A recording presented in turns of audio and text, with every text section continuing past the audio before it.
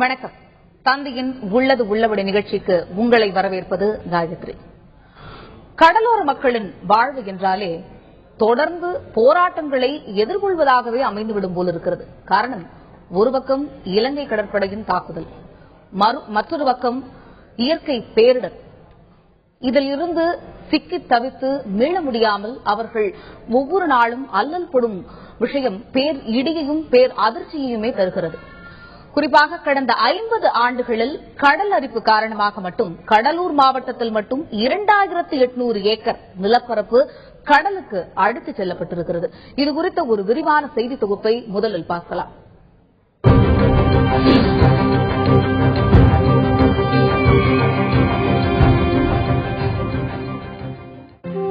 கடலூர் மாவட்டம் 56 கிலோமீட்டர் கடற்கரையை கொண்டுள்ளது. நீண்ட நெடிய கடற்கரையை ஒட்டிய பகுதிகளில் முகத்துவாரங்களும் மீன்பிடி துறைமுகங்களும் சுற்றுலா தலங்களும் அமைந்துள்ளன. கடலூர் மாவட்டத்தை சேர்ந்த 1 லட்சம் குடும்பங்களின் வாழ்வாதாரமாக கடல் திகழ்கிறது. சுனாமி தாக்குதலில் இருந்து தப்பிப் பிழைத்த மீனவர்களை தற்போது கடல் அரிப்பு மிரட்டி வருகிறது. இந்திய வன மற்றும் சுற்றுச்சூழல் செயற்கைக்கோள் ஆய்வு பிரிவு கடல் அரிப்புகள் தொடர்பாக வெளியிட்ட அறிக்கையில் தமிழ்நாட்டிலேயே கடலூர் மாவட்டத்தில் கடல் அரிப்பு அதிக அளவில் நிகழ்ந்து வருவதாக தெரிவித்துள்ள செய்தி அதிர்ச்சி அளிப்பதாக உள்ளது. கடந்த 50 ஆண்டுகளில் கடலூர் மாவட்டத்தில் மீனவர்களின் குடியிருப்புகள் உட்பட 2800 ஏக்கர் நிலப்பரப்பு கடலுக்குள் இழுத்துச் செல்லப்பட்டுள்ளது.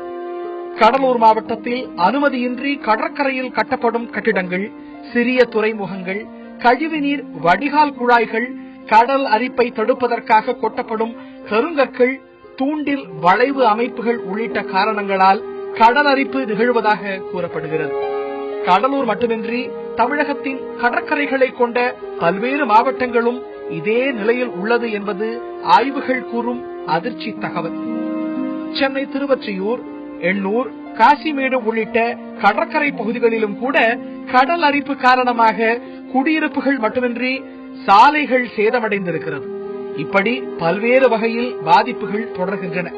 இன்னும் பல பாதிப்புகளை மக்கள் சந்திக்க நேரிடும் என எச்சரிக்கும் விஞ்ஞானிகள் கடல் அரிப்பை தடுக்க நிரந்தரமான முன் ஏற்பாடுகளை செய்ய வேண்டும் என அறிவுறுத்துகின்றனர். இதையேதான் கடலோர மக்களும் எதிர்பார்க்கின்றனர். கடல் கொந்தளிப்பு, கடல் உள்வாங்குதல், கடல் சீற்றம், இதுபோன்ற பிரச்சனைகளால் மக்கள் நாள்தோறும், முக்கியமாக கடல் பகுதியில் வாழும் மக்கள் நாள்தோறும் சந்தித்து வரும் பிரச்சனைகள் குறித்து இன்றைய உள்ளது உள்ளபடி நிகழ்ச்சியில் விரிவாக நாம் பேசவிருக்கிறோம். இது தொடர்பாக நம்முடன் பேசுவதற்காக அரங்கில் இருக்கும் எமது விருந்தினர் திரு அன்பழகன், நிறுவனர் தலைவர், தமிழ்நாடு மீனவர் பேரமைப்பை சார்ந்தவர் இருக்கிறார். அது மட்டுமில்லாமல் களத்தில் இருந்து நேரடி தகவல்களை தருவதற்காக காத்திருக்கிறார் எமது செய்தியாளர் சுவாதி. சுவாதி, வணக்கம். சுவாதி, சொல்லுங்க. இப்ப இந்த கடல் சீற்றம், கடல் கொந்தளிப்பு, இதனால என்னென்ன விதமான பாதிப்புகள் ஏற்படுகிறது, அதை பத்தி விரிவா பதிவு செய்யுங்க. காயத்ரி, பாத்தீங்கன்னா அதாவது international panel on climate change இவங்க 2013ஆம் ஆண்டு, அதாவது இந்த ஆண்டிற்கான அறிக்கையை வெளியிட்டிருக்காங்க. இந்த அறிக்கையில என்ன சொல்லப்படுது அப்படின்னா, 19ஆம் நூற்றாண்டுல கடலோட, அதாவது கடல் லெவல் இன்க்ரீஸ் ஆகுறதுக்கான முக்கிய காரணங்களா 19ஆம் நூற்றாண்டுல என்ன சொல்றாங்க அப்படின்னா, கடல் வெப்பமயமாதல ஒரு காரணமா சொல்றாங்க. ஆனா அதே 20ஆம் நூற்றாண்டுல எடுத்துக்கொண்டோன்னா கடல் வெப்பமயமாதல் மட்டும் இல்லாம பனிப்பாறைகள் உருகுதல், குறிப்பா கிரீன்லாந்து, அண்டார்டிகா போன்ற தேசங்களோட பனிப்பாறைகள் உருகுவது மிக முக்கிய காரணமா சொல்லப்படுது. கடல் லெவல், கடல் மட்டம் அதிகமாறதுக்கு இந்த 2 காரணங்கள் சொல்லப்படுது. சோ இந்த நூற்றாண்டை பொறுத்தவரையில, 21st செஞ்சுரியை பொறுத்தவரையில இந்த 2 காரணங்களுமே கடலோட மட்டத்தை அதிகப்படுத்துறதுக்கான முக்கிய காரணிகளா இருக்கிறதா சொல்றாங்க. அதாவது கடல் மட்டம் உயர்றதுக்கான முக்கிய காரணிகளா கிரீன்லாந்து, அண்டார்டிகா போன்ற பனி பிரதேசங்கள்ல கடற்பாறைகள் உருகுறதும், அதே போன்று கடலோட வெப்பம் அதிகமாறதும் காரணங்களா. கடல் வெப்பம் அதிகமாறதுக்கு முக்கிய காரணம் நம்மளோட எமிஷன் ஆஃப் கேசஸ், அதாவது காற்று, நம்ம வெளிப்படுத்துற கரியமல வாயு போன்ற வாயுகள்லாம் கடலோட வெப்பத்தை அதிகமா அதிகமாகிறதுக்கு முக்கிய காரணிகளா வந்து சொல்லப்படுது. அண்ட் சென்னை மாநகரை பொறுத்தவரையில சென்னை மாநகர் வந்து கடல் மட்டத்துல இருந்து வெறும் 2 மீட்டர் அடி உயரத்துலதான் வந்து இருக்கு. நம்ம ஜியோகிராபிக்கல் லொகேஷனே சென்னை மாநகரை பொறுத்தவரையில 2 அடி மீட்டர் உயரத்துலதான் சென்னை இருக்கிறதுனால சென்னை வந்து அதாவது கடல் நீர் வந்து ஏற்றத்தினால அதிகமா பாதிப்புக்குள்ளாகும் அப்படிங்கிற மாதிரிதான் வந்து அதிகாரிகள் மற்றும் ஆராய்ச்சியாளர்கள் வந்து நமக்கு சொல்லக்கூடிய தகவலா இருக்கு. குறிப்பா பாத்தீங்கன்னா இன்னும் சில ஆண்டுகள்ல, அதாவது இன்னும் ஒரு ஹாஃப் செஞ்சுரியிலயோ இல்ல 1 செஞ்சுரியிலயோ அப்படி போச்சு அப்படின்னா நம்ம Napier bridge, island ground, Velachery, Madipakkam, Kotturpuram ஆகிய இந்த பகுதிகள் எல்லாம் வந்து கடல் நீர் வந்து உட்புகிறதுக்கான வாய்ப்புகள் வந்து அதிக அளவுல இருக்கிறதா தான் வந்து ஆராய்ச்சியாளர்கள் சொல்றாங்க. நம்ம சதர்ன் டிஸ்ட்ரிக்ட், அதாவது அந்த கடலோர மாவட்டங்கள் அப்படின்னு பார்த்தாலும் அங்கேயும் வந்து அதிக அளவுல பாதிப்புகள் இருக்கிறதா வந்து சொல்றாங்க. குறிப்பா வந்து கடலோர மாவட்டங்கள் அப்படின்னு பாத்தீங்கன்னா வந்து தஞ்சாவூர், புதுக்கோட்டை, ராமநாதபுரம், திருவாரூர் ஆகிய இந்த மாவட்டங்கள்லாம் அதிக அளவுல அபாயத்துல இருக்கு. இந்த கடல் நீர் வந்து உள்ள வர்றதுக்கான அபாயம் வந்து அதிக அளவுல இருக்கிறதா சொல்றாங்க. நம்ம சென்னை மாநகரை பொறுத்தவரையில கடற்கரை ஓரங்கள் இருக்கக்கூடிய நம்ம நேப்பியர் பிரிட்ஜ் போன்ற இந்த பகுதிகள் எல்லாம் வந்து ரொம்ப அபாயத்துல இருக்கிறதாவும் சொல்றாங்க. மேலும் கடல் மட்டம் வந்து கண்டிப்பா, அதாவது 2050க்குள்ள 0.5 மீட்டர்ஸ் வரைக்கும் உயர்றதுக்கான வாய்ப்புகள் வந்து இருக்கிறதா வந்து சொல்றாங்க. பல்வேறு ரிசர்ச்சர் சொல்றாங்க. நம்ம சுவாமிநாதன் ரிசர்ச் பவுண்டேஷனோட ஃபவுண்டர் சுவாமிநாதனும் வந்து அதே கருத்தை தான் வந்து சொல்றாரு. சோ இதற்கான, அதாவது இது போன்ற கடல் மட்டம் அதிகரிக்கிறத வந்து தடுக்கணும் அப்படின்னா வந்து ஆங்காங்கே வந்து இயற்கையான முறையில அரண்கள் வந்து அமைக்கப்பட வேண்டும் அப்படிங்கிறது தான் வந்து இந்த ஆராய்ச்சியாளர்களோட கோரிக்கையா இருக்கு. அதாவது மேங்க்ரோவ் ஃபாரஸ்ட் அப்படின்னு சொல்றாங்க. கிட்டத்தட்ட இந்த சவுக்கு காடுகள், சோ இதெல்லாம் வந்து அமைக்கப்படணும். அப்புறம் வெட் மார்ஷி லேண்ட்ஸ் அப்படின்னு சொல்லப்படுற அந்த ஈரப்பதமுடைய அந்த நிலங்கள் எல்லாம் வந்து அங்க விளையக்கூடிய பயிர்கள், சோ அதையெல்லாம் வந்து அதிகப்படுத்தும் பட்சத்துல இதற்கான, அதாவது இந்த கடல் மட்டம் அதிகரிக்கிறதுக்கான சான்சஸும் கொஞ்சம் கம்மியா இருக்கும். அண்ட் எரோஷன், அந்த சி எரோஷன், அந்த சாண்ட் எரோஷனுக்கான சான்சஸும் வந்து ரொம்ப வந்து கண்ட்ரோல் பண்ணப்படும். முழுமையா கண்ட்ரோல் ஆகல அப்படின்னாலும் ஓரளவுக்காவது கண்ட்ரோல் பண்ணப்படும் அப்படின்னு வந்து ஆராய்ச்சியாளர்கள் சொல்றாங்க. அண்ட் அது மட்டும் இல்லாம இங்க இருக்கக்கூடிய மீனவர்களுக்கும் வந்து பல்வேறு பிரச்சனைகளை வந்து இவங்களும் சந்திக்கிறாங்க. அதாவது கடல் அரிப்பு காரணமா வந்து இவங்களும் பல்வேறு பிரச்சனைகளை சந்திக்கிறாங்க. அதுல குறிப்பா உங்களுக்கு சொல்ல போனா அவங்க போட்டை நிறுத்தி வைக்கிற இடம், வழக்கமா அவங்க போட்டை நிறுத்தி வைக்கிற இடத்துல வந்து இப்போ கடல் அதிக அளவுல அந்த வேவ்ஸ் வர்றதுனால அவங்க போட் வந்து சேதப்படுறதா சொல்றாங்க. அண்ட் அது மட்டும் இல்லாம அவங்க அந்த இடத்துல பிஷிங் நெட்ஸ், அதாவது அவங்களோட வலைகள் எல்லாம் அந்த இடத்துல வைக்கிறதுனாலையும் இது போன்ற கடல் தண்ணி வந்து அடிச்சுட்டு போகுது, அவங்களோட அலைகள் எல்லாமும் கடலுக்குள்ள போயிறதா அவங்க தரப்புல இருந்து வந்து சொல்றாங்க. சோ இதையெல்லாம் வந்து தடுக்கப்படணும் அப்படின்னா நம்ம இயற்கையான முறைகளை வந்து அரண்கள் அமைக்கப்படணும். அதாவது செயற்கையான முறையில இந்த செவறுகள் அமைத்தல் வந்து அவ்வளவு தூரம் பலன் தரவில்லை அப்படின்னாலும் இயற்கையான முறையில அரண்கள் வந்து அமைக்கப்பட வேண்டும் அப்படிங்கிறது வந்து இங்க இருக்கக்கூடிய மீனவர்களோட ஒரு கோரிக்கையா இருக்கு. காயத்ரி, தொடர்ந்து பேசலாம். சுவாதி, இது குறித்த பல்வேறு தகவல்களை நம்முடன் பகிர்ந்து கொள்வதற்காக எமது செய்தி அரங்கத்திற்கு வந்து வருகை புரிந்திருக்கும் திரு அன்பழகனிடம் நாம் பேசலாம். சார் வணக்கம். வணக்கம். சரி, இப்ப இவங்க ஒரு பெரிய லிஸ்டே சொன்னாங்க அப்படின்னு சொல்லலாம். இது மூலமா நம்ம தெரிஞ்சுக்கிறது என்ன அப்படின்னா, இந்த கடலோர பகுதி வாழ் மக்களுடைய பிரச்சனைகள் என்னென்ன, இந்த கடல் அரிப்பு, கடல் சீற்றம், கடல் உள்வாங்குதல், இதனால முக்கியமா மீனவர்கள் என்னென்ன விதமான பாதிப்புகளை சந்திச்சுட்டு வராங்க. படகுகள் நிறுத்த முடியாது, படகுகள் நிறுத்த இடத்துல வந்து அடித்து செல்லப்படுது, அங்கேயும் வந்து கடல் தண்ணீர் வந்து விடுகிறது, புகுந்து விடுகிறது, இந்த மாதிரி சொல்றாங்க. இன்னும் என்னென்ன மாதிரியான பிரச்சனைகள்லாம் இந்த கடல் சீற்றத்தினால மீனவர்கள் சந்திச்சுட்டு வராங்க? முதல்ல கடல் அரிப்பு வந்து மூணு விதமான பாதிப்புகளை ஏற்படுது. ஒன்னு இயற்கையான கடல் அரிப்பு, இரண்டாவது ஆலைகளும் துறைமுகங்களும் கடற்கரையில் அமைவதால் ஏற்படுகின்ற கடல் அரிப்பு, மூன்றாவது மணல் அள்ளுவதால் ஏற்படுற கடல் அரிப்பு. இது 3 விதமான கடல் அரிப்பு. இப்போ கன்னியாகுமரியிலிருந்து பழவேற்காடு வரை 948 கிலோமீட்டர் நீண்ட கடற்கரை. இந்த நீண்ட கடற்கரை எடுத்துட்டீங்கன்னா இதுல வந்து ஆண்கடல் பெண்கடல் பாக்சலசந்தி மன்னார் வளைகுடாவில் வந்து கடல் அரிப்பு என்பது மிக மிக குறைவான ஒரு விஷயம். பாக்சலசந்தி மன்னார் வளைகுடாவில் மற்ற மாவட்டங்கள் திருவள்ளூர், சென்னை, காஞ்சிபுரம், விழுப்புரம், கடலூர், காரைக்கால், நாகை, அடுத்து வந்து உங்களுக்கு தூத்துக்குடி, திருநெல்வேலி, கன்னியாகுமரி, இந்த மாவட்டங்களில் வந்து கடல் அரிப்பு மிக அதிகமா இருக்குது. உச்சத்தில் இருக்கிற மாவட்டங்கள் எடுத்தீங்கன்னா கடலூர், கன்னியாகுமரி, திருவள்ளூர். இப்ப இந்த உச்சத்துல இருக்கிற மாவட்டங்கள்னு நீங்க சிலது குறிப்பிட்டீங்க. கடலூர், கன்னியாகுமரி, திருவள்ளூர், இந்த மூணும் இங்க இருக்கிற பகுதி மீனவர்கள் வந்து அன்றாடம் சந்தித்து வரக்கூடிய பிரச்சனைகள் என்ன? இது சம்பந்தமா இப்போ இந்த கடலரிப்பு ஏற்பட்டதுனால இந்த திருவள்ளூர் மாவட்டத்தை எடுத்தீங்கன்னா சென்னையை ஒட்டி அருகாமை டோல்கேட்ல இருந்து 800 வரைக்கும் கடற்கரையை ஒட்டி கல்லு கொட்டிட்டாங்க. கல்லு கொட்டும் பொழுது அவங்க மீனவர்கள் தினமும் வருகின்ற கட்டுமரங்களோ அந்த ஃபைபர் படகுகளோ அணைக்க முடியாத ஒரு சூழ்நிலை. அது நேரம் டைரக்டா கடல்ல கல்லுல அடிக்குது. அடிச்ச உடனே அவங்க தொழில் கருவிகள் எல்லாம் உடஞ்சி போயிடுது, எல்லாம் காணாம போயிடுது. இதுக்கு ஒவ்வொரு கிராமத்துக்கு எதிராக தூண்டில் வளைவுகள் தேவைப்படுது. இந்த தூண்டில் வளைவுகள் இருக்கிற கிராமங்கள் மட்டும்தான் பிழைக்கக்கூடிய ஒரு சூழ்நிலைக்கு இருக்குது. இல்லன்னு வச்சுங்க, அங்கிருந்து அவங்க 20 கிலோமீட்டர் டிராவல் பண்ணி சென்னை மீன்பிடி துறைமுகத்துக்கு வர வேண்டிய ஒரு சூழ்நிலையில் இருக்கிறாங்க. இப்ப இந்த தூண்டில் வளைவுகள் சொல்லிருக்கீங்க. இப்ப நீங்க சொல்லப்பட்ட இந்த உச்சகட்ட பாதிப்பு இருக்கக்கூடிய இந்த மாவட்டங்கள்ல இந்த தூண்டில் வளைவுகள் எல்லா இடத்துலயுமே சாத்தியப்படுமா? இதனால எவ்வளவு பயன் அடைய முடியும்? எல்லா இடத்துல எந்தெந்த கிராமங்கள்ல தூண்டில் வளைவுகள் அமைக்கப்பட்டிருக்குதோ அந்தந்த கிராமங்கள்ல சுமூகமா தொழில் பண்றாங்க. இப்ப உதாரணத்துக்கு எடுத்தீங்கன்னா சென்னை அருகாமையில் இருக்கிற காசிக்கோவில் குப்பம், எர்ணாவூர் குப்பம், அந்த பகுதியில சமீபத்தில் தூண்டில் வளைவு போட்டாங்க. அங்க சுமுத்தாங்க மீன் பிடிக்கிறாங்க. அவங்க அந்த கிராமத்துக்கு எதிராக அவங்களுடைய கட்டுமரங்களோ ஃபைபர் படகுகளோ கொண்டாந்து நிறுத்தக்கூடிய ஒரு சூழ்நிலை ஏற்பட்டிருக்கு. இப்ப நீங்க கன்னியாகுமரி மாவட்டத்தை எடுத்தீங்கன்னா இயற்கையான கடல் இருக்கு. கன்னியாகுமரி மாவட்டம் நீரோடியிலிருந்து தேங்காய்பட்டினம், முள்ளூர் துறை, இறைமன் புத்தன் துறை, இந்த கிராமங்கள்ல பாத்தீங்கன்னா இயற்கையான கடல் இருக்கு.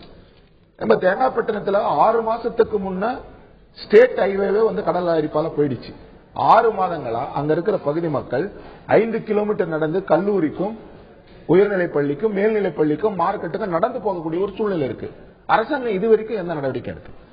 இன்று நாம் பேசிக் கொண்டிருக்கும் பிரச்சனை தொடர்பாக களத்தில் இருந்து நேரடி தகவல்களை பதிவு செய்வதற்காக காத்திருக்கிறார் எமது செய்தியாளர் தேவநாதன். கடலூரில் இருந்து காத்திருக்கிறார். அவரிடம் பேசலாம். தேவநாதன், வணக்கம். இப்ப கடலூர் மாவட்டத்தை பொறுத்த வரைக்கும் இந்த கடல் சீற்றம் இது தொடர்பாக என்னென்ன விதமான பிரச்சனைகளை அங்க இருக்கக்கூடிய பகுதி மக்கள் சந்திச்சுட்டு வராங்க? முக்கியமா மீனவர்கள் எவ்வளவு பேர் இதை ஒரு வாழ்வாதாரமா நம்பி இருக்காங்க? அவங்க அன்றாடமா சந்தித்து வரக்கூடிய பிரச்சனைகள் என்ன? அதை பத்தி விரிவா பதிவு செய்யுங்க. நிச்சயமா, அதாவது பாத்தீங்கன்னா இந்த கடலும் இந்த கடல் பகுதியும் சேர்ந்த மாவட்டம் தான் இந்த கடலூர் மாவட்டம். இந்த கடலூர் மாவட்டம் பாத்தீங்கன்னா கிட்டத்தட்ட ஒரு 57 கிலோமீட்டர் முழுவதுமா கடலூர் மாவட்டத்தில் இருக்க 57 கிலோமீட்டர் பரப்பளவு இந்த கடல் பகுதி கொண்டது. இந்த கடல் அரிப்பு அப்படின்றது இன்றைக்கு நேற்று நடந்த நிகழ்வுல இது பல ஆண்டு காலமா தொடர்ந்து நடந்துட்டு இருக்கு. ஆனா அந்த சுனாமி ஏற்பட்டதுக்கு பிறகு பாத்தீங்கன்னா இந்த கடலுடைய அந்த சீற்றமும் மற்றும் அதோடைய இந்த கடல் அரிப்பு மிக அதிகமா இருக்கிறதா தான் இங்க இருக்கிற பகுதி மீனவர்கள் தெரிவிக்கிறாங்க. அதன் காரணமா இவங்களுடைய வாழ்வாதாரம் முற்றிலும் பாதிக்கப்படுது அப்படின்னு சொல்றாங்க. கிட்டத்தட்ட பாத்தீங்கன்னா இப்ப நம்ம கடலூர் மாவட்டத்தில் இருக்க மீனவர்கள் பாத்தீங்கன்னா கடல்ல ஒரு 25 நாட்களாகவே கடலுக்கு மீன் பிடிக்க போல. அதாவது பாத்தீங்கன்னா இந்த கடலுடைய அந்த நீரோட்ட தன்மை முழுசா மாறி இருக்கு அப்படின்னு சொல்றாங்க. அதாவது இவங்க எதிர்பார்த்து போய் அங்க அவங்க அந்த கடல்ல வலையை போடும்போது அந்த நீரோட்டம் மாறதா பாத்தீங்கன்னா இவருடைய வலை கூட கடலுக்குள்ளே அடிச்சுட்டு போயிடுது அப்படின்ற ஒரு நிலை கூட ஏற்படுது.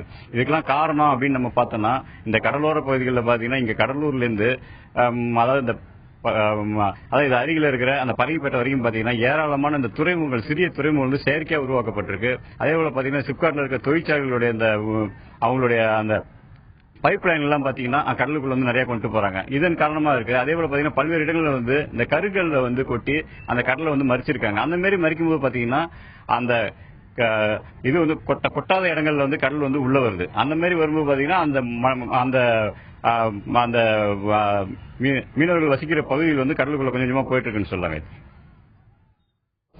நாம் தொடர்ந்து பேசலாம். சரி, இப்ப இந்த கடலூர் மாவட்ட பகுதிகளில் இருக்கக்கூடிய மீனவர்கள் சந்தித்து வரும் பிரச்சனைகள் முக்கியமா 25 நாட்களா அவங்க தொழிலுக்கு செல்லல அப்படின்னு சொல்லியிருக்காங்க.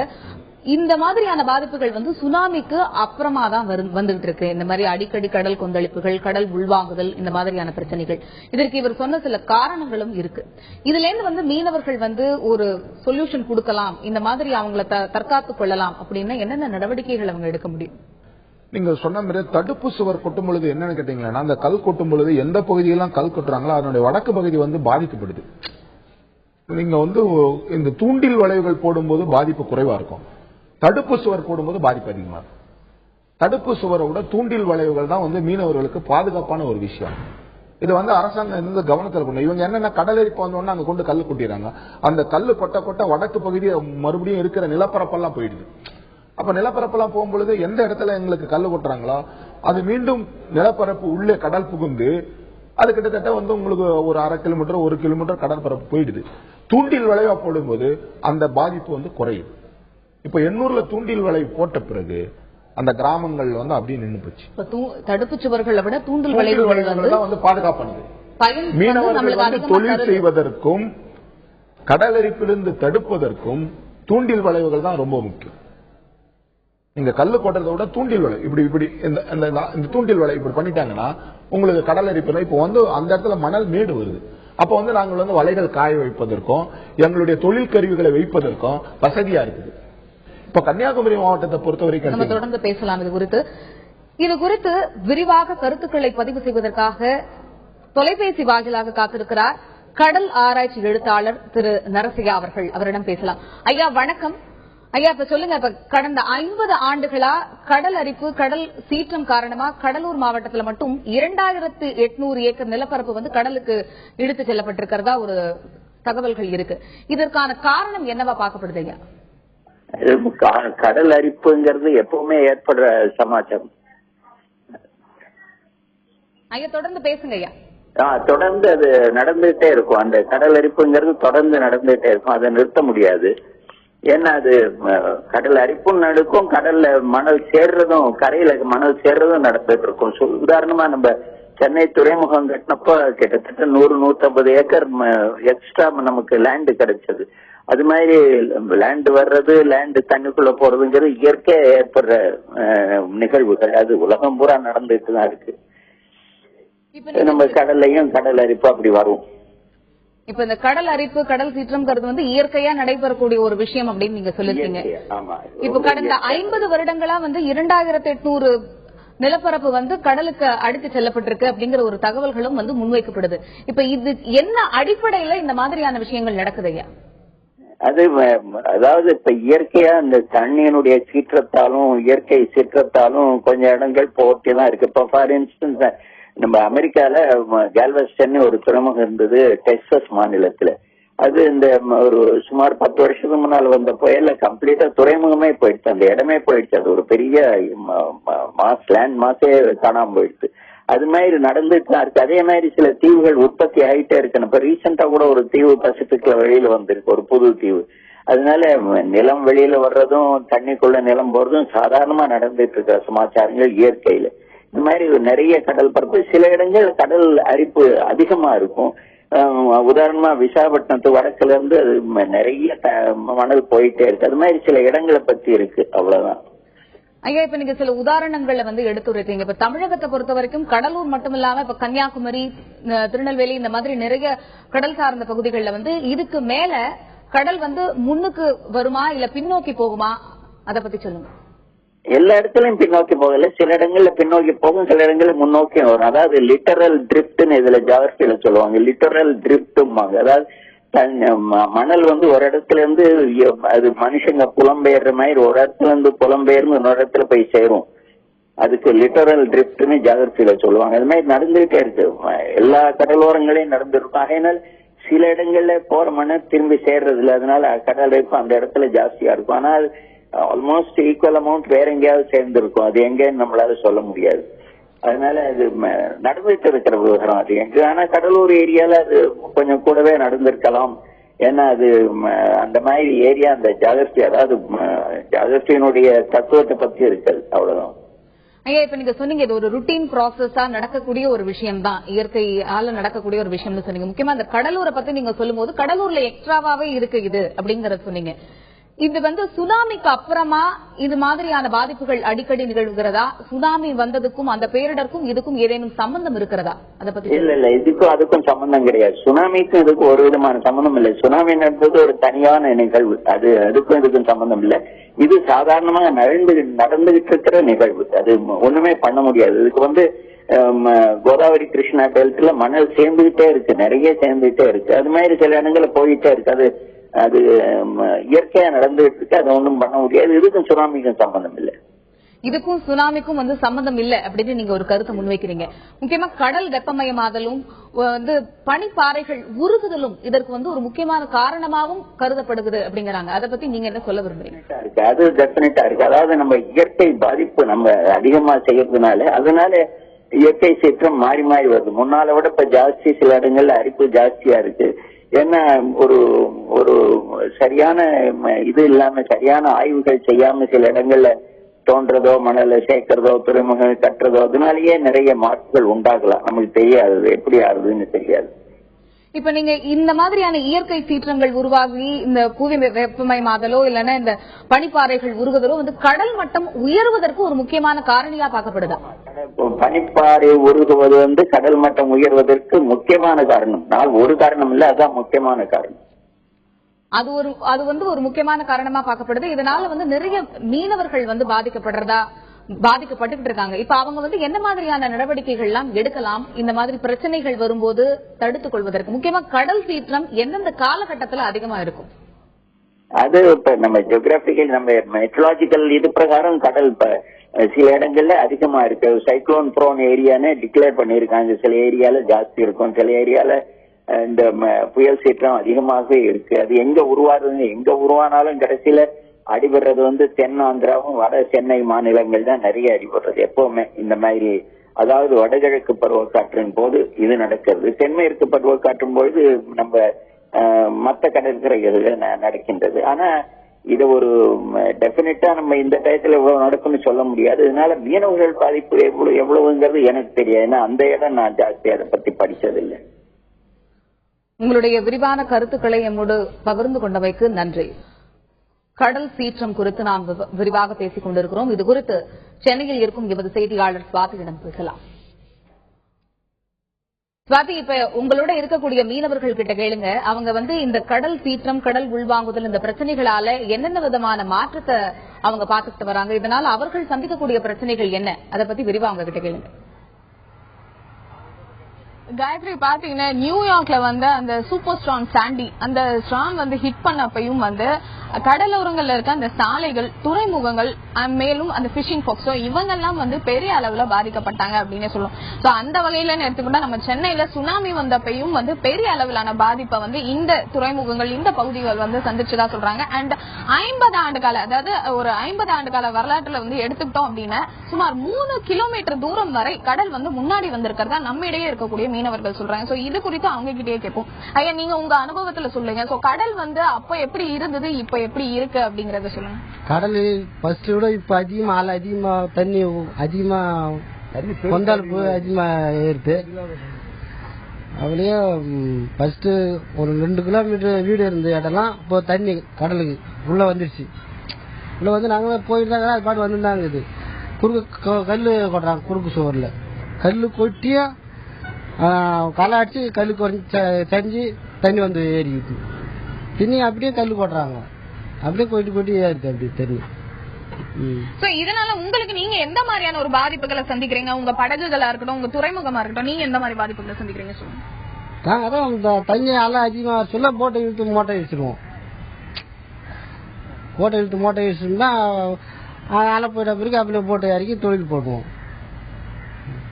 Okay okay. ஐயா, நீங்க சொல்லுங்க, உங்க அனுபவத்தை பொறுத்த வரைக்கும் சென்னையில வந்து கடல் அரிப்பு அப்படிங்கறது எப்படி இருந்தது ஒரு 50 ஆண்டு கால வரலாற்று? 50 ஆண்டு காலத்துல வந்து எப்படியும் ஒரு 3 கிலோமீட்டர் கடல் தள்ளி வந்து தடுப்பு சுவர் போட்டதுனால கொஞ்சம் அலை மின்னுக்கு வர நிக்குது. அப்ப அப்படி போட்டு கல்லு சரிஞ்சு போது மறுபடியும் கல்லு கொட்டுறாங்க. இதே தான் இருக்குது. ஆனா இப்ப வந்து தள்ளி வரல, தடுப்பு சுவர் போட்டதுனால தள்ளி வரல, அலை தள்ளி வரல, தண்ணி மட்டும் உப்புரி அதிகமாகி போச்சு.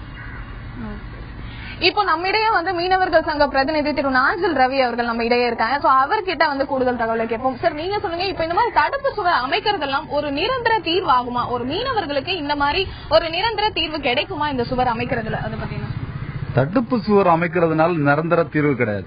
ஒரு பக்கம் தடுக்கும் போது ஒரு பக்கம் எங்கேயாவது ஒரு இடத்துல வீக் ஆகும், அந்த இடத்துல மிகப்பெரிய அரிப்பு உண்டாகும். இதை தடுக்கிறதுக்கான வல்லுநர் குழுவை அமைச்சு அதுக்கான சாத்தியக்கூறுகளை அறிஞ்சு செயல்படணும். இப்போ சென்னை துறைமுகம் வந்து விரிவாக்கம் பண்றதுக்காக அடுத்தது வந்து ஒரு கருத்து கேட்பு கூட்டம் வச்சிருக்காங்க வர்ற 18ஆம் தேதி. அவங்க வந்து மிகப்பெரிய துறைமுகத்தை உருவாக்கும் போது நாங்க ஏறக்குறைய 18 கிலோமீட்டர் ரேடியேஷன்ல இருந்த எங்களை இப்ப வெறும் 3 கிலோமீட்டருக்குள்ள எங்களை அடக்கி வச்சிருக்காங்க. ஏறக்குறைய நாங்க வந்து 10 லட்சம் மீனவ குடும்பங்கள் இன்னைக்கு வந்து 3 கிலோமீட்டருக்குள்ள இருக்கும். ஒரு சதுர கிலோமீட்டருக்கு ஏறக்குறைய நாங்க வந்து 14 பேர்ல இருந்து 20 பேர் அளவுக்கு இன்னைக்கு தம் பண்ணி இருக்கக்கூடிய சூழ்நிலை இன்னைக்கு துறைமுக நிர்வாகம் எங்களை ஆக்கிருச்சு. இன்னும் இப்ப என்ன பண்ண போறாங்கன்னா 3வது முனையம் என்கிற பேர்ல ஒரு பெரிய மிகப்பெரிய ராட்சத இடத்தை வந்து ஆக்கிரமிப்பு பண்ணி அவங்க கடலை நிரப்பி அதுக்குள்ள வந்து மிகப்பெரிய கண்டெய்னர் டெர்மினலையும் கார்களை நிறுத்துறதுக்கான ஒரு வசதியை செய்ய போறாங்க. அப்படி செய்யும் போது காசிமேடு மீன்பிடி துறைமுகத்தினுடைய முகப்பு வந்து அடைபடும்.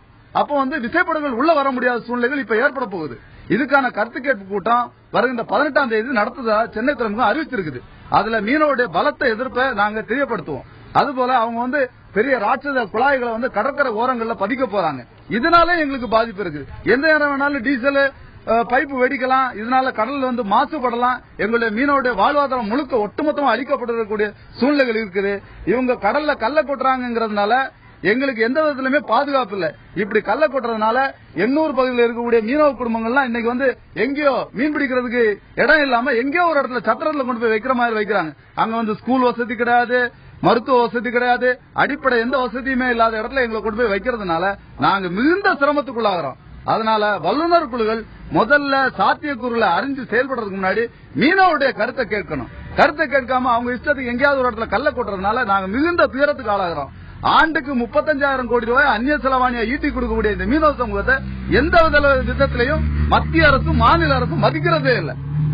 ஐயா, உங்களை பொறுத்த வரைக்கும் இப்போ வேற என்ன மாற்று தீர்வா இருக்க முடியும்? அதாவது கல்லு கொட்டினாலும் வந்து அது நிரந்தரமான தீர்வாகாது, வேற ஒரு இடத்துல பாதிக்கும் அப்படின்னு சொல்றீங்க. இதனால மீனவர்கள் வந்து பாதிக்கப்படுறதாவும் சொல்றீங்க. சோ இதற்கான மாற்று தீர்வா என்னவா இருக்க முடியும்? அரசு தரப்புல இருந்து இதற்கான ஒரு கோரிக்கையை நீங்க என்ன கேட்க முடியும் அப்படின்னு? அரசு வந்து மீனவர்கள முதல்ல கலந்து ஆலோசிக்கணும். என்னென்ன திட்டங்களை செயல்படுத்த போறீங்களோ, அதுக்கு எவ்வளவு ஃபண்ட் ஒதுக்க போறீங்களோ அதெல்லாம்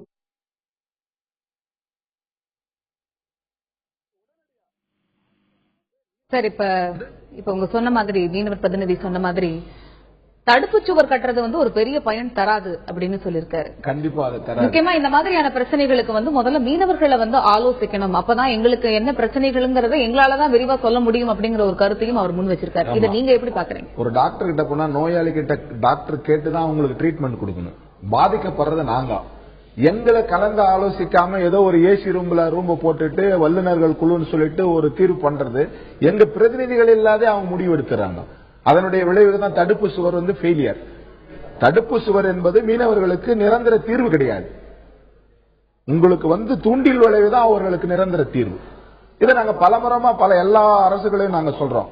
இப்ப இன்னைக்கு ஏறக்குறைய பாத்தீங்கன்னா சென்னை துறைமுகத்தால சென்னையிலிருந்து 800 வரை 21 கிலோமீட்டர், ஏறக்குறைய 2 கிலோமீட்டர் கடல் உள்ள வந்திருக்கு. 25 கிலோமீட்டர் நீளத்திற்கும் 2 கிலோமீட்டர் கடல் உள்வாங்கியிருக்கு இந்த சென்னை துறைமுகத்தினுடைய விரிவாக்கத்துல. சோ கடலரிப்பு வந்து இயற்கையா ஏற்படுவது என்பது குறைந்தபட்சம் தான். செயற்கையா உருவாக்கப்படுவது வந்து இந்த தொழிற்சாலைகளும் துறைமுகங்களாலும் கடலரிப்பு அதிகமா இருக்கு. அதான் நீங்க முன்னாடியே சொல்லும்போது 3 விதமான பிரிவா. இப்ப திருநெல்வேலி மாவட்டத்தை எடுத்தீங்கன்னா உவரி, பெரியதாளை, கூத்தங்குழி, பெரியதாள, கூடுதாள, கூட்டப்பன, உவரி, ஆரோக்கியபுரம் இந்த கிராமங்கள் எல்லாம் மணல் எடுக்கிறதுனால கடலரிப்பு, மணல் ஆலைகளால் கடலரிப்பு. ஒவ்வொரு பகுதியும் ஒரு காரணத்தினால வந்து கடல் சீற்றத்தை நீங்க வந்து கன்னியாகுமரி மாவட்டத்தில் இருந்தா நீரோடி, இறையமன் துறை, கொட்டில்பாடு, முள்ளூர் துறை, தேங்காய்பட்டினம் இதெல்லாம் இயற்கையான கடலரிப்பு. அங்க தொழிற்சாலைகள் கிடையாது, இயற்கையான கடலரிப்பு. இப்ப அதுல இருந்து மீனவர்களை வந்து பாதுகாத்துக்கணும் அப்படின்னா தூண்டில் வளைவுகள் தான் அமைக்கணும், வேற வழியே கிடையாது. தூண்டில் வளைவுகள் ஒண்ணுதான் மாற்று வழியா வேற. உங்களுக்கு தடுப்பு சுவர் போடும் பொழுது அதுதான் ஏற்கனவே நாங்க சொன்னோம். எந்த பகுதியில வந்து கல் கொட்டி தடுப்பு சுவர் போடுறாங்களோ அதனுடைய வடக்கு பகுதி வந்து அரிச்சிடும், உள்ள ரொம்ப உள்வாங்கிடும். அப்ப இருக்கிற நிலப்பரப்பையும் இழந்துருவோம். நீங்க தூண்டில் வளைவு வரும் பொழுது அது வந்து உங்களுக்கு தடுப்பு சுவர் ஆயிடும். தடுப்பு சுவருக்கு தடுப்பு சுவரமாவது மீனவர்கள் வந்து தொழில் பண்ணுவதற்கு பாதுகாப்பாயிடும். தொடர்ந்து நாம் பேசலாம். இது குறித்து கடலூரில் இருக்கும் எமது செய்தியாளர் தேவநாதனிடம் சில கருத்துக்களை நாம் விரிவாக பேசவிருக்கிறோம். தேவநாதன் சொல்லுங்க, இப்ப உங்க கூட இருக்கிற அந்த சுற்றுப்புற சூழல் ஆர்வலர்கள் கிட்ட கேளுங்க, இந்த கடல் மாற்றத்தை அவங்க எப்படி பாக்குறாங்க, இதனால் அவங்க சந்திக்கக்கூடிய பிரச்சனைகள் என்னென்ன, அதை பத்தி விரிவா பேச சொல்லுங்க. இப்ப நம்ம சுற்றுச்சூழல் ஆர்வலர் நிஜாமுதீன் இருக்காரு. இவங்க தான் பாத்தீங்கன்னா இந்த கடலூர் மாவட்ட கடலோர பகுதிகள் ஃபுல்லா வந்து ஆய்வு பண்ணாங்க. அவங்களுடைய ஆய்வு முடிவுல வந்து இப்ப நம்ம கேட்கலாம். காயத்ரி, சுற்றுச்சூழல் அமைச்சகம் வந்து சேட்டலைட் ரிப்போர்ட் வந்து கடலூர் மாவட்டத்தில் கிட்டத்தட்ட 500 மீட்டருக்கு மேல இந்த மாவட்டம் முழுவதும் இருக்க கடற்கரை பகுதி வந்து மண்ணரிப்பு ஏற்பட்டிருக்குன்னு சொல்லியிருக்காங்க.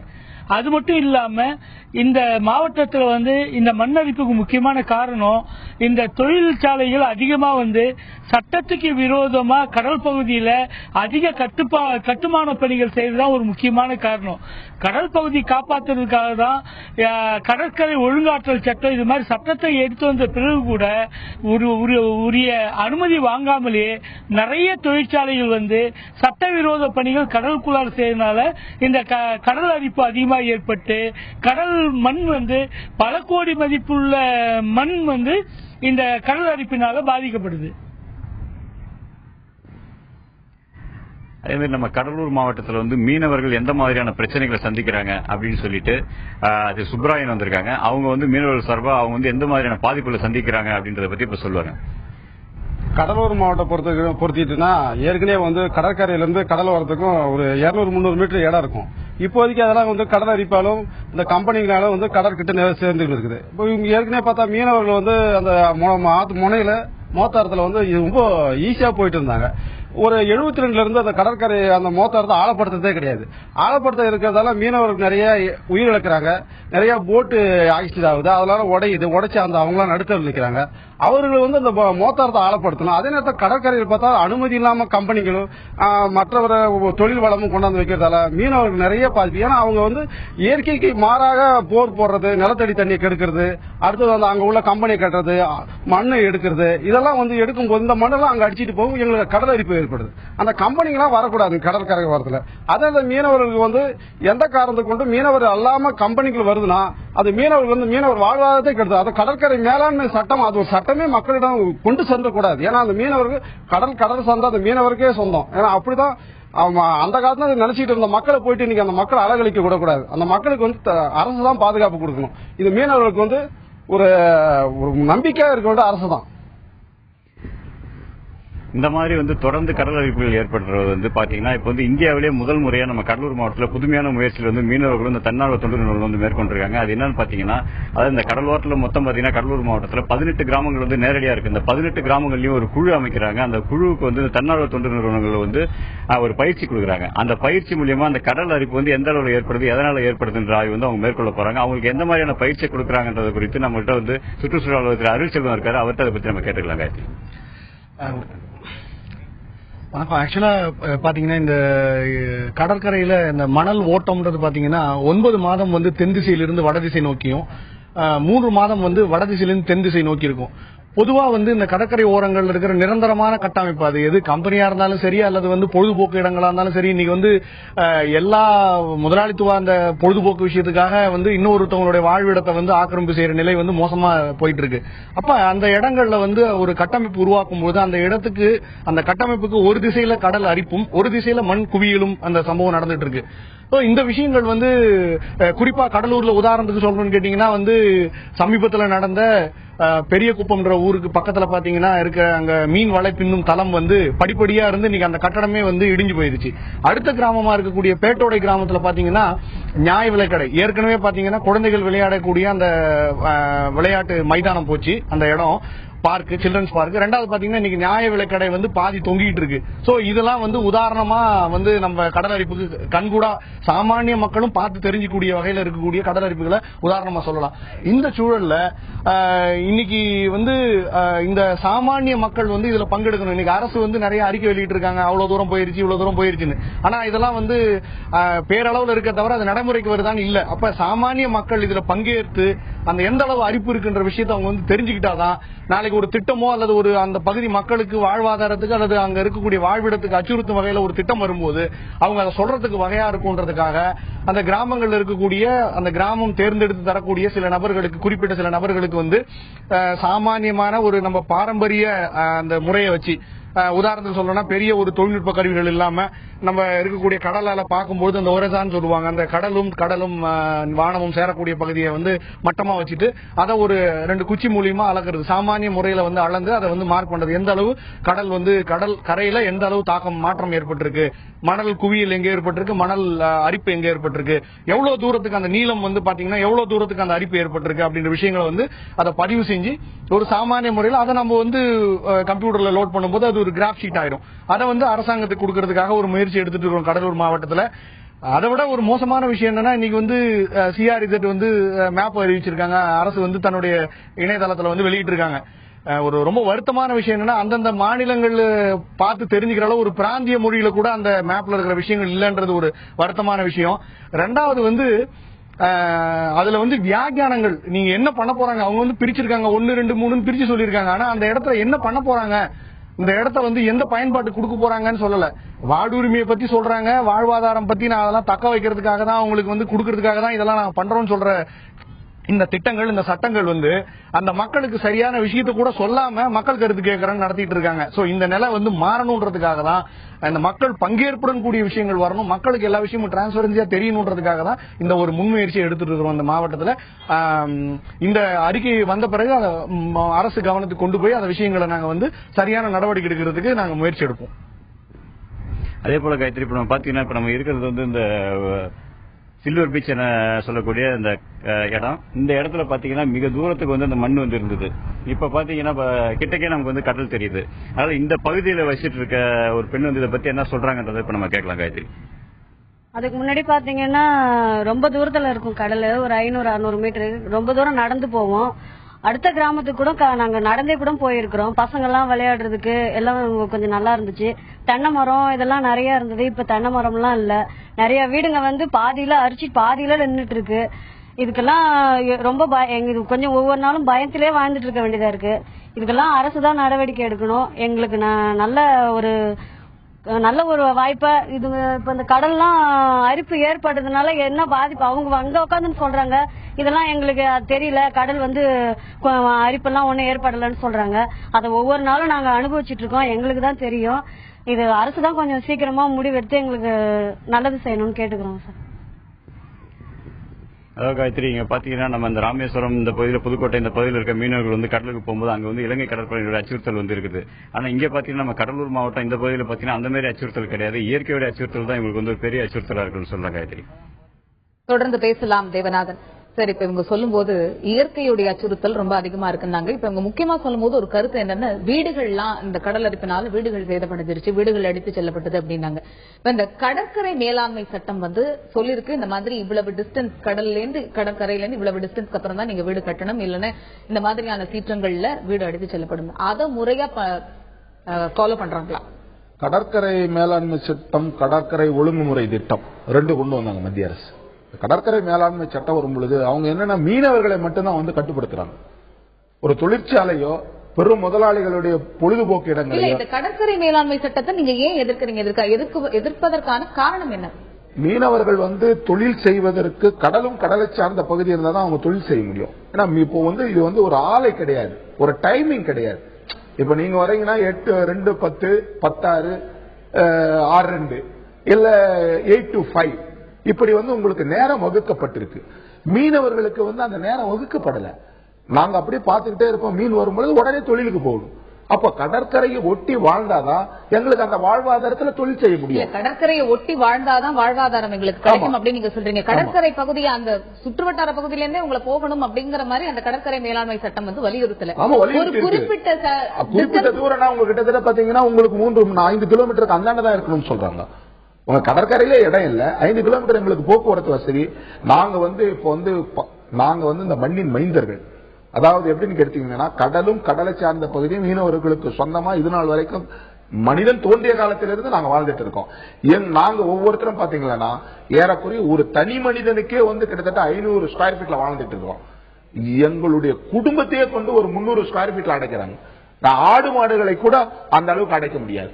ஒரு குடும்பத்துக்கு இன்னைக்கு சுனாமி வீடு கட்டி கொடுத்துக்கிறாங்க எண்ணூர்ல 350 ஸ்கொயர் ஃபீட். 350 ஸ்கொயர் ஃபீட்ல ஒரு குடும்பம் வாழ முடியுமா?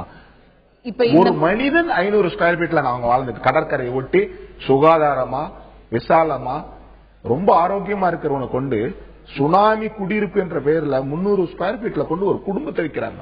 அது எவ்வளவு பெரிய குடும்பம் இல்ல. இப்ப நீங்க சொல்லிருக்கீங்க இந்த மாதிரி நான் 300 ஸ்கொயர் ஃபீட்ல இருக்கேன், நாங்க 500 ஸ்கொயர் ஃபீட்ல இவ்வளவு குடும்பங்கள் வாழ்ந்துகிட்டு இருக்கோம், கஷ்டப்பட்டு இருக்கோம் அப்படின்னு. இந்த கடற்கரை மேலாண்மை சட்டம் வந்து நீங்க எதிர்க்கிறதுக்கு முக்கிய காரணம் உங்களை வந்து கடற்பகுதியை ஒட்டி அவங்க இருக்கக்கூடாதுன்னு சொல்றது அப்படிங்கறத நீங்க சொல்றீங்க. அப்படி இருக்கிறதுனாலதான் பாதிப்பு வருது, அதனாலதான் வீடுகள் எடுத்து செல்லப்படுதுங்கிற ஒரு காரணத்தால்தான் இந்த மாதிரி ஒரு சட்டமே கொண்டு வந்திருக்காங்க. அப்ப வந்து அது உங்களுக்கு நல்லது பண்ற ஒரு சட்டம் தானே? நல்லது பண்ற சட்டம் ஒத்துக்கிறேன். எங்களுக்கு கடற்கரை ஒட்டிய பகுதியிலே பக்கத்திலே எங்களுக்கு பண்ணி கொடுங்க. தனியார் இடங்கள் இருக்கு, அரசு இடங்கள் இருக்கு, அதை ஆக்கிரமிப்பு பண்ணாத எங்கேயோ அங்கிருந்து 5 கிலோமீட்டருக்கு 6 கிலோமீட்டருக்கு அந்தாண்ட ஒரு புறம்போக்கு இடத்திலேயும் மேய்க்கால் புறம்போக்கு இடத்துல எங்களை கொண்டு குடியேற்றினா எப்படி அது தெரிய வரும்? இப்ப கடற்கரையை ஒட்டி நீங்க பாத்தீங்கன்னா சொகுசு நட்சத்திர விடுதிகள் இருக்கு, நட்சத்திர ஹோட்டல்கள் இருக்கு, தனியாருடைய பண்ணை வீடுகள் இருக்கு. அதுக்கு அனுமதி கொடுத்துட்டு பாரம்பரியமா இருக்கிற எங்களுடைய பர்த் ரைட்ஸே நீங்க பறிக்கிறீங்களா? எங்களுடைய பிறப்புரிமையை புரிஞ்சுறீங்களா? நீங்க இது பிறப்புரிமைன்னு சொல்றீங்க. இது ஒரு வாழ்வா நீங்க ஒழுங்கா இருக்கணும் அப்படிங்கிற ஒரு காரணத்துக்காக அரசு இந்த தடுப்பு சுவர்கள் தூண்டில் வளைவு கேட்கணும். நீங்க தூண்டில் வளைவு போட்டாலே எங்களுக்கு வீடு போகாத, அதையே செய்ய மாட்டேங்கிறீங்க. தூண்டில் வளைவு போட்டுட்டாலே நாங்க சேஃப் ஆயிடும். எங்களுக்கு 2 விஷயம் அது தூண்டில் வளைவுல. எங்களுடைய இடங்களும் பாதுகாக்கப்படுகிறது, எங்களுடைய தொழில் கருவிகளும் பாதுகாக்கப்படுகிறது. எங்களுடைய தொழிலை நேர கொண்டாந்து இப்ப கடலுக்கு போயிட்டு நேரம் எங்க கிராமத்திலே கொண்டு வந்தோம். இது குறித்து நாம் நிறைய பேசலாம். கடல் சீற்றம், இதனால் ராமநாதபுரம் பகுதி மக்கள் சந்தித்து வரும் இன்னல்கள் குறித்து தகவல்களை விரிவாக எடுத்துரைக்கிறார் எமது ராமநாதபுரம் செய்தியாளர். அந்த கடல் அரிப்பு தற்சமயம் சில ஆண்டுகளாக பல மீட்டர் தூரம் கடல் அரிப்பு ஏற்பட்டு கடல் அலைகள் ஊருக்குள் வருகின்றன.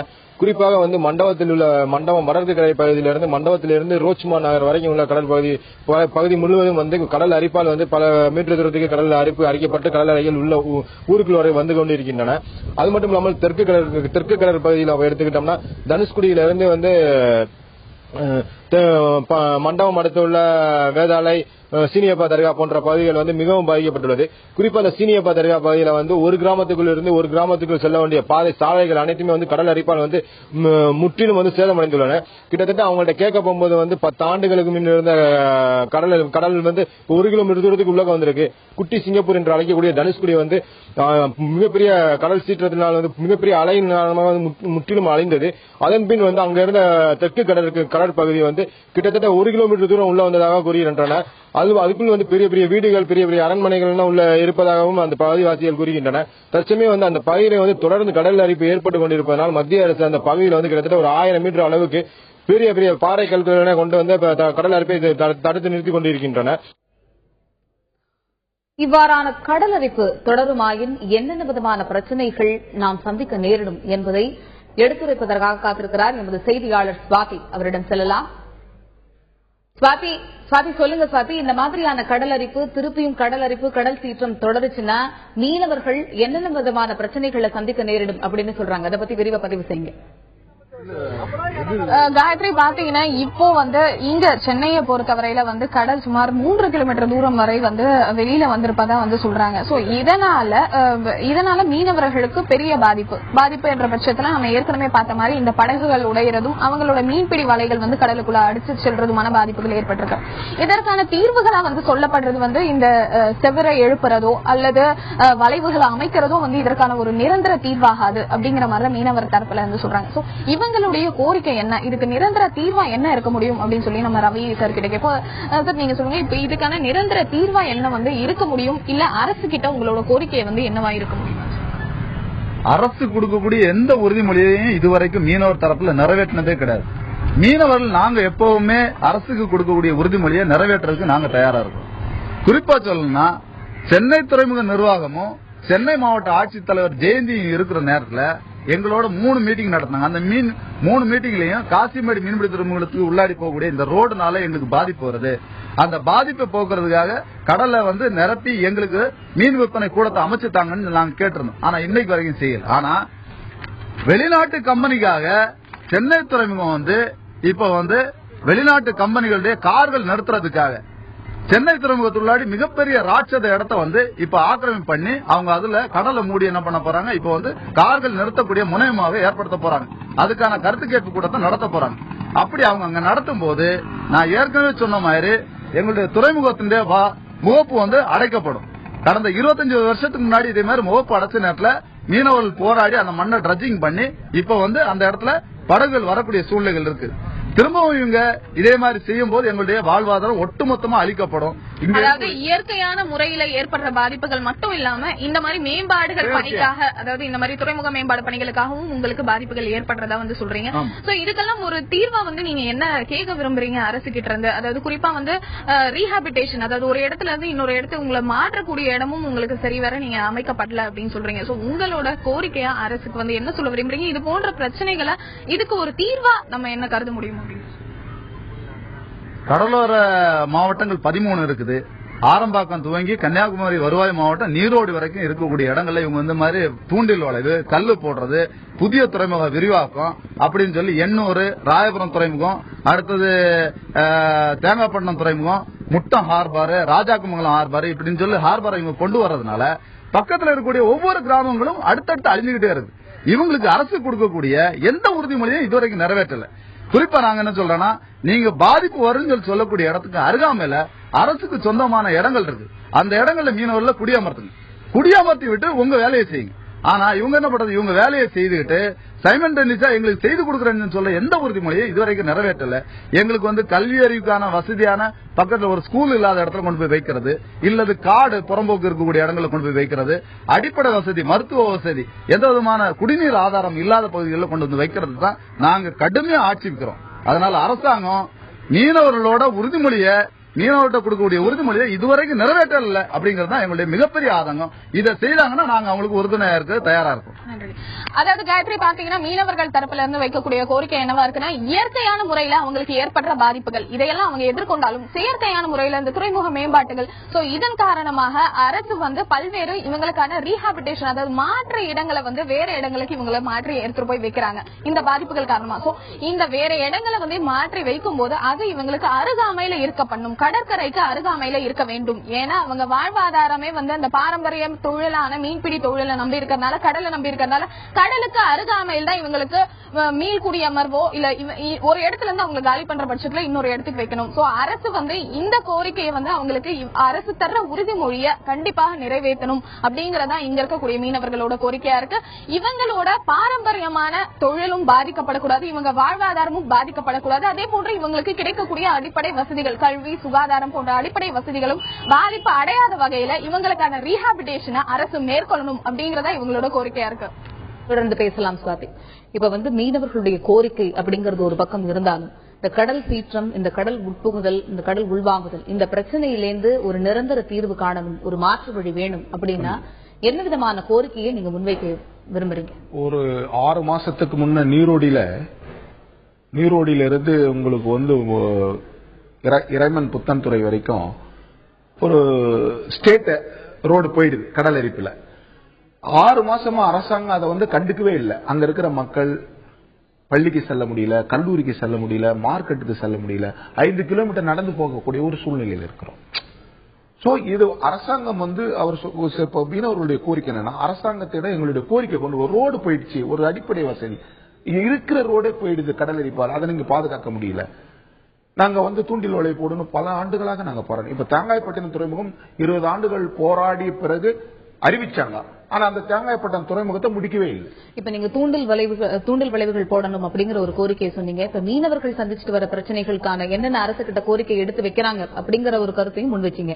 இப்ப இந்த சீற்றம் அப்படிங்கிற ஒரு விஷயம் உருவாகாம இருக்கிறது, இயற்கை சீற்றம் உருவாகாம இருக்கிறது, உருவாகும் போது அதை நம்மளால தடுக்க முடியாது. அதை உருவாகும் போது நம்மள எப்படி தற்காத்துக் கொள்கிறது, அதுக்கான இயற்கை அரண்களும் இருக்கும். நீங்க பாத்தீங்கன்னா இயற்கை சீற்றம் சுனாமியை தவிர மற்ற புயல், அந்த பெருமழை, புயல், வெள்ளம் இது எல்லாத்துக்குமே மீனவர்கள் எதிர்த்து தங்களை தற்காத்துக் கொள்ளக்கூடிய மனநிலைமையில இன்றைக்கு வரைக்கும் வாழ்ந்துட்டு இருக்கிறாங்க. ஆனா சுனாமி போன்ற பேரிடர் ஏற்படும் பொழுது தங்களை தற்காத்துக் கொள்ள யாருமே முடியாது. ஆனா நீங்க இயற்கை சீற்றத்துக்கு அரசாங்கம் நாங்க சொல்ற மாதிரியா எங்களுக்கு உதவியா இருந்தாங்கன்னா இயற்கை சீற்றத்தை கூட நம்ம கட்டுப்படுத்த முடியும், ஏன்னா நம்மளை தற்காத்துக் கொள்ள முடியும்.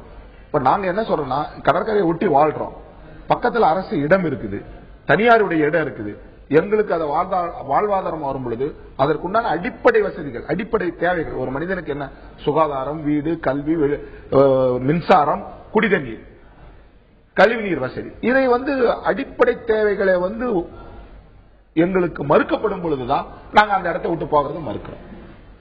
எங்களுக்கு இருக்கிற அடிப்படை தேவைகளை கொடுத்துட்டீங்களா, எங்களுடைய ஆசைகளை நிறைவேற்றீங்கன்னா நாங்க அந்த இடத்தை விட்டு போக தயாரா. இப்போ நீங்க ஒண்ணு நினைச்சுக்கிட்ட, ஒரு பணக்காரன் ஒரு நட்சத்திர ஓட்டல் நடத்துறான், அவனை காலி பண்ண மாட்டேங்கிறீங்க, எங்களை காலி பண்ணும் பொழுது அப்போ ஏழைக்கு ஒரு சட்டம், பணக்காரனுக்கு ஒரு சட்டம். நாங்க மண்ணின் மைந்தர்கள். அரசின் கட்டுப்பாடுகள் உங்களுடைய வாழ்வுரிமைக்கான உத்தரவாதத்தை கொடுப்பதா அமைக்கணும்.